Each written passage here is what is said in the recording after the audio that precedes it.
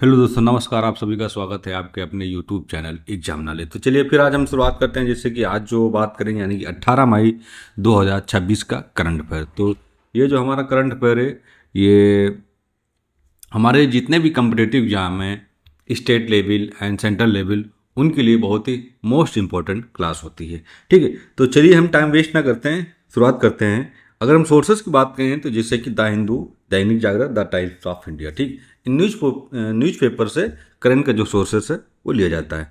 ठीक है, तो हम सबसे पहले देखते हैं कि हमारा जो पहला क्वेश्चन है, वो पहला क्वेश्चन जो है वो कौन सा है। ठीक है, तो हम देखते हैं कि अभी क्या है कि हाल ही में, यानी कि हाल ही में 18 मई 2026 को प्रधानमंत्री नरेंद्र मोदी को किस देश के सर्वोच्च सम्मान, ठीक है, यानी किस देश के सर्वोच्च सम्मान grand cross of the royal Norwegian order of merit, ठीक है, यानी कि grand cross of the royal Norwegian order of merit से सम्मानित किया गया। ठीक है, यानी कि मोदी जी को किस देश के सर्वोच्च सम्मान से इसको क्या है, नवाजित किया गया है। ठीक है, तो अगर हम इसका सही आंसर देखें तो इसका जो सही आंसर होगा वो होगा ऑप्शन नंबर बी।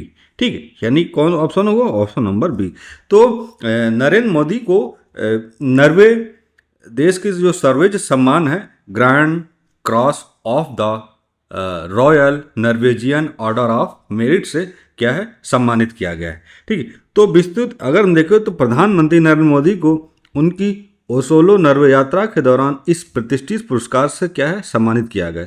भारत और नॉर्वे ने अपने द्विपक्षीय संबंधों को आगे बढ़ाते हुए ग्रीन स्ट्रेटेजिक पार्टनरशिप में बदल दिया। ठीक, किसमें बदल दिया है, ग्रीन स्ट्रेटेजिक पार्टनरशिप में क्या है, बदल दिया है। इसके अलावा अगर हम देखें तो इससे एक दिन पहले यानी कि 17 मई 2026 को प्रधानमंत्री मोदी को स्वीडन की यात्रा के दौरान वहां के सर्वोच्च सम्मान कौन सा था, royal order of the polar star से भी क्या है, नवाजा गया है। ठीक, यानी कि हमें ये भी ध्यान रखना है कि 17 मई को मोदी जी स्वीडन की जब यात्रा पर गए थे तो उस यात्रा के दौरान भी वहाँ का जो सर्वोच्च सम्मान है the royal order of the polar star से भी क्या मोदी जी को क्या है, सम्मानित किया गया था। ठीक है, अब हम बढ़ते हैं हमारा जो अगला क्वेश्चन है कि यानी कि 18 मई 2026 को रेल मंत्रालय द्वारा अनावरण की गई भारत की पहली मुंबई अहमदाबाद बुलेट ट्रेन की डिजाइन का जो है वो अनावरण कहाँ किया गया। ठीक है, यानी कि अगर हम देखें 18 मई 2026 को रेल मंत्रालय द्वारा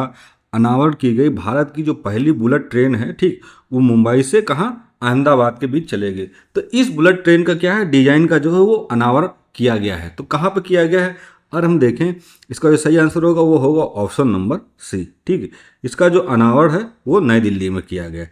तो नई दिल्ली स्थित रेल मंत्रालय में भारत की पहली हाई स्पीड रेल परियोजना यानी मुंबई अहमदाबाद बुलेट ट्रेन का आधिकारिक डिजाइन का जो है वो अनावरण किया गया है। यह ट्रेन अत्याधुनिक जापानी शिनकानसेन तकनीकी पर क्या है, आधारित है। इस परियोजना से दोनों शहरों के बीच का जो यात्रा हो वो घट के क्या हो जाएगा, 2 घंटे। ठीक, यानी कि अगर हम देखें, अगर हमें मुंबई से अहमदाबाद जाना है, ठीक, तो इसकी जो स्पीड के अगर हम देखें इस परियोजना के तहत जो अगर यात्रा का दौर देखें समय का, तो वो क्या है, समय घटकर मात्र सिर्फ 2 घंटे में आप मुंबई से अहमदाबाद, अहमदाबाद से मुंबई पहुंच जाएंगे। ठीक है, तो ये जो बुलेट ट्रेन है ये मुंबई और अहमदाबाद के बीच जो है इसका डिजाइन का अनावरण किया गया। ये एक अत्याधुनिक जापानी शिनकानसेन तकनीकी पर क्या है, आधारित है। ठीक है, अब हम बढ़ते हैं हमारा जो अगला क्वेश्चन है कि केंद्रीय सूचना आयोग यानी कि CIC मई 2026 को अपने एक महत्वपूर्ण फैसले में किस खेल संस्था यानी RTI अधिनियम के तहत सार्वजनिक प्राधिकरण यानी कि पब्लिक अथॉरिटी नहीं माना है। ठीक है, अगर हम अब इसमें देखें इसका जो सही आंसर होगा वो होगा ऑप्शन नंबर बी, यानी कि BCCI ने क्या किया, भारतीय क्रिकेट कंट्रोल बोर्ड को क्या एक सार्वजनिक प्राधिकरण जो है वो नहीं माना है। ठीक है, तो अगर देखें तो केंद्रीय सूचना आयोग यानी कि CIC ने यह स्पष्ट किया कि BCCI सूचना का अधिकार RTI अधिनियम 2005 के तहत एक पब्लिक अथॉरिटी नहीं है। ठीक, क्योंकि यह सरकार के प्रत्यक्ष रूप से भारी वित्तीय सहायता प्राप्त नहीं करती है। तो इस फैसले के बाद क्रिकेट प्रेमी या आम नागरिक सीधे तौर पर क्या है कि अब RTI डालकर BCCI से अंदरूनी जो वित्तीय जानकारी नहीं मांग सकते हैं।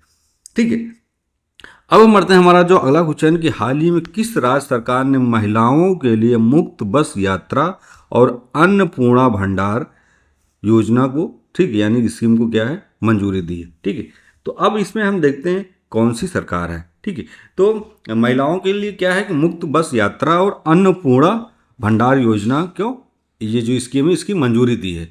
ठीक है, तो अगर हम देखते हैं तो इसमें इसका सही आंसर होगा वो होगा ऑप्शन नंबर बी, यानी कि पश्चिम बंगाल सरकार ने क्या किया, महिलाओं के लिए मुफ्त बस यात्रा और अन्नपूर्णा भंडार योजना को मंजूरी दी है। ठीक है, तो पश्चिम बंगाल कैबिनेट ने राज्य सरकार द्वारा संचालित बसों में महिलाओं को मुफ्त यात्रा की सौगात दी। इसके साथ ही अन्नपूर्णा भंडार योजना, जिसे अन्नपूर्णा योजना भी कहा जा रहा है, तो ये क्या है कि 18 मई 2026 को क्या है, इसकी मंजूरी दी गई है। और यह जिसके तहत क्या होगा कि आर्थिक रूप से कमजोर परिवारों को मुफ्त राशन का जो है वो लाभ दिया जाएगा।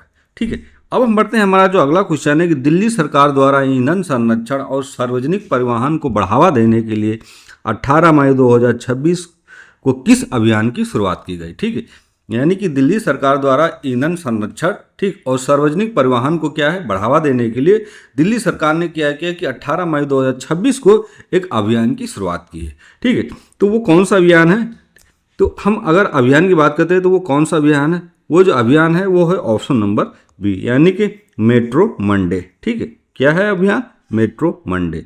तो इससे क्या होगा कि दिल्ली सरकार ने वायु प्रदूषण को कम करने और ईंधन की बचत के लिए मेट्रो मंडे अभियान शुरू किया। यह अभियान सरकार के 90 दिवसीय देशव्यापी कार्यक्रम कौन सा है कि मेरा, ठीक है, मेरा भारत मेरा गौरव का हिस्सा है। इसके तहत नागरिकों को और सरकारी कर्मचारियों को सोमवार, ठीक है, किस दिन, सोमवार, ठीक, सोमवार के दिन निजी वाहनों को छोड़कर मेट्रो से सफर करने के लिए क्या है, प्रोत्साहित किया है। ठीक है, अब हम देखते हैं हमारा जो अगला क्वेश्चन है कि हाल ही में रूपपुर परमाणु ऊर्जा संयंत्र, ठीक, कौन सा, यानी कि रूपपुर न्यूक्लियर पावर प्लांट के उद्घाटन के साथ कौन सा देश दुनिया का 33वां परमाणु ऊर्जा उत्पादक देश जो है वो बन गया है। ठीक, अब हम इसमें देखते हैं इसका जो सही आंसर होगा वो क्या होगा। तो इसमें यह पूछा जा रहा है कि हाल ही में जो हमारा रूपपुर परमाणु ऊर्जा संयंत्र जो था उसका उद्घाटन के साथ कौन सा देश जो है वो दुनिया का 33वां परमाणु ऊर्जा उत्पादक देश जो है वो बन गया है। ठीक, अगर हम ऑप्शन देखें तो इसमें 4 ऑप्शन है। ठीक, अगर हम ऑप्शन देखें तो इसमें कितने, 4 ऑप्शन है। तो इसका जो सही आंसर होगा वो होगा ऑप्शन नंबर बी। ठीक है, यानी कि बांग्लादेश जो है वो 33वां देश क्या है, बन गया है, 33वां परमाणु ऊर्जा उत्पादक बन गया है। ठीक, तो अगर हम देखते हैं बांग्लादेश के पहले परमाणु ऊर्जा संयंत्र के रूप में अगर हम देखें तो बांग्लादेश पहले परमाणु ऊर्जा संयंत्र यानी कि रूपपुर परमाणु संयंत्र के चालू होने के साथ ही बांग्लादेश दुनिया के उन चुनिंदा 33 देशों की लीग में क्या है, शामिल हो गया है जो परमाणु ऊर्जा को उत्पादन करते। इस संयंत्र का निर्माण रूस की मदद से किया गया। ठीक, किसकी मदद से किया, यानी इस संयंत्र का अगर हम निर्माण की बात करें तो ये रूस की मदद से किया गया। बांग्लादेश की बिजली समस्याओं को दूर करने में इसकी जो है वो एक बहुत बड़ी भूमिका निभाएगा। ठीक है, अब हम देखते हैं हमारा जो अगला क्वेश्चन है कि भारतीय रिजर्व बैंक यानी कि क्या है, आरबीआई। ठीक, आरबीआई ने शहरी सहकारी बैंकों यानी कि यूसीबी के डिजिटल आधुनिकीकरण और साइबर सुरक्षा ढांचे को मजबूत करने के लिए किस नए मिशन की शुरुआत की है। ठीक, यानी कि भारतीय रिजर्व बैंक आरबीआई ने शहरी सहकारी बैंकों को यूसीबी के डिजिटल आधुनिकीकरण और साइबर सुरक्षा के ढांचे को मजबूत करने के लिए एक नए मिशन की क्या है, शुरुआत की है। ठीक, तो कौन सा मिशन है देखते हैं। तो नए मिशन की जो शुरुआत की है वो जो नया मिशन है वो उसका जो सही आंसर अगर देखें तो उसका सही आंसर होगा ऑप्शन नंबर बी। ठीक है, यानी कि मिशन सक्षम। ठीक है, क्या होगा, मिशन सक्षम। ठीक है, क्या होगा, मिशन सक्षम। ठीक है, तो मिशन सक्षम क्या है देखते हैं कि मिशन सक्षम जो है कि डिजिटल फ्रॉड और साइबर हमलों से अर्बन को ऑपरेटिव बैंक यानी कि यूसीबी को क्या बचाने के लिए आरबीआई ने मिशन सक्षम लॉन्च किया है। इसके तहत क्या होगा, छोटे और मध्यम सहकारी बैंकों को तकनीकी रूप से अपग्रेड किया जाएगा और उनके जो डेटा सुरक्षा और मानकों को कड़ा किया जाएगा ताकि ग्राहकों को पैसा क्या है वो सुरक्षित रहे। ठीक है, अब हम देखते हैं हमारा जो अगला क्वेश्चन है कि मई 2026 में कतर में संपन्न हुए IBSF यानी कि विश्व बिलियर्ड्स चैंपियन 2026 जिसमें है कि पुरुष एकल यानी मेन सिंगल खिताब किस भारतीय खिलाड़ी ने जीता है। ठीक, यानी कि अगर हम बात करते हैं मई 2026 में कतर में संपन्न हुआ IBSF विश्व बिलियर्ड्स चैंपियनशिप जो है, ठीक, वो एक भारतीय पुरस्कार को, ये जो पुरस्कार है वो दिया गया है, यानी कि वो खिलाड़ी जो है वो पुरस्कार जीता है। ठीक है, तो अगर हम देखें इसका सही आंसर होगा वो होगा ऑप्शन नंबर ए, यानी कि सौरभ कोठारी जो हैं, इन्होंने क्या किया कि पुरुष एकल यानी मैन सिंगल खिताब क्या है सौरभ कोठारी ने जीता है। तो अगर देखते हैं भारतीय बिलियर्डर्स दिग्गज सौरव कोठारी ने कतर में आयोजित IBSF विश्व बिल्डर चैंपियन 2026 में शानदार प्रदर्शन करते हुए पुरुष एकल खिताब अपने नाम की। ठीक, क्या है नाम किया? पुरुष एकल खिताब। ठीक, ये चीज़ आप लोग याद रखना कि पुरुष एकल खिताब जो है वो किसने, सौरव कोठारी ने अपने नाम किया है। यह एक अंतर्राष्ट्रीय स्तर पर भारत के लिए खेल जगत में एक बड़ी उपलब्धि जो है वो हासिल हुई है। ठीक है, अब हम बढ़ते हैं, हमारा जो अगला क्वेश्चन है कि मध्य प्रदेश यानी उच्च न्यायालय के, मध्य प्रदेश का जो उच्च न्यायालय के हाल ही फैसले के बाद चर्चा में रहा है भोजशाला परिसर। ठीक, क्या है? भोजशाला परिसर यानी कि भोजशाला कम्प्लेक्स, जिसे देवी सरस्वती को समर्पित मंदिर घोषित किया गया है। अब मध्य प्रदेश के किस जिले में ये जो है स्थित है? ठीक है, यानी कि मध्य प्रदेश के किस जिले में ये स्थित है। अब हम देखते हैं, ठीक है, तो इसमें जो ऑप्शन है, इतने 4 ऑप्शन है। तो अगर हम देखें इसका सही आंसर होगा वो होगा ऑप्शन नंबर, ठीक, ऑप्शन नंबर जो होगा वो होगा ऑप्शन नंबर बी, यानी कि धार। ठीक, तो क्या किया है कि मध्य प्रदेश का जो उच्च न्यायालय हाल ही में फैसले के बाद चर्चा में रहा कि भोजशाला जो परिसर है जिसे देवी सरस्वती को समर्पित है, ये मंदिर क्या घोषित किए मध्य प्रदेश के धार जिले में क्या है स्थित है। तो मध्य प्रदेश जो है, मध्य प्रदेश का उच्च न्यायालय क्या किया कि धार जिले में स्थित ऐतिहासिक भोजशाला परिसर देवी सरस्वती को समर्पित मंदिर माना जाता है। यह भारतीय पुरातत्व सर्वेक्षण यानी कि ASI को इसको उचित प्रबंधन और हिंदुओं को पूजा के लिए निर्बाध प्रवेश की अनुमति देने का जो है वो निर्देश दिया गया है। ठीक, हिंदुओं को क्या है कि निर्बाध यानी बिना किसी रोक के निर्बाध प्रवेश की अनुमति देने का जो है वो मध्य प्रदेश उच्च न्यायालय ने दिया है। यह विवाद जो था ये लंबे समय से इतिहास और राजनीति का केंद्र माना जाता था। ठीक है, ठीक है, अब हम देखते हैं हमारा जो अगला यानी कि हमारा जो लास्ट क्वेश्चन है, केंद्रीय जल आयोग यानी CWC 14 से 18 मई 2026 की अगर रिपोर्ट के अनुसार अगर हम देखें तो भारत जो है हमारा, ठीक है, यानी कि भारत जो है वो कितने प्रमुख जलाशय यानी रिजर्वोर्स का अगर हम देखें जल स्तर उनकी सामान्य क्षमता यानी 50% से नीचे जो है वो गिर गया है। ठीक है, यानी कि 50% से भी नीचे क्या है वो गिर गया है। ठीक है, तो अगर हम देखें तो जो इसका सही आंसर होगा वो क्या होगा? तो इसका जो सही आंसर होगा वो होगा ऑप्शन नंबर सी, यानी कि 13 प्रमुख जलाशयों में जो है इसका जो स्तर है वो गिर गया है। तो अगर हम देखें कि देश में भीषण गर्मी और कम बारिश के चलते केंद्रीय जल आयोग यानी CWC ने क्या किया चिंता जताई है। इसके तहत भारत के प्रमुख 13 बांध, ठीक है, यानी भारत के जो प्रमुख हैं, भारत के 13 प्रमुख बांधों जलाशयों का जो जल स्तर उनकी कुल क्षमता के आधे यानी कि 50% से भी क्या है कम हो गया है।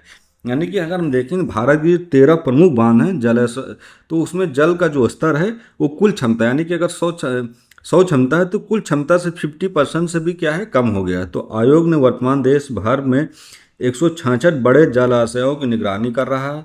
यह स्थिति आने वाले दिनों में क्या है जल संकट और सिंचाई संबंधी भी समस्याओं को क्या है इशारा कर रही है। तो इसके संरक्षण में क्या है कि जो है केंद्रीय जल आयोग है वो अपना नज़र रखे हुए। ठीक, तो आज यानी कि हमारा जो 18 मई का जो करंट अफेयर था, ठीक है, वो फाइनली जो है वो कंप्लीट हुआ। तो प्लीज़ आप लोगों से एक ही रिक्वेस्ट है हमेशा कि आप लोग वीडियो को लाइक करें, सब्सक्राइब करें, कमेंट करें और कमेंट करके बताइए कि जो करंट की जो क्लासेस चल रही हैं वो कैसी हैं, आपके जो आने वाले एग्जाम हैं उनके लिए कितनी महत्वपूर्ण है। तो ये चीज़ आप हमें कमेंट के माध्यम से ज़रूर जानकारी दीजिए। फिर हम मिलेंगे अगली क्लास के साथ। जय हिंद, जय भारत।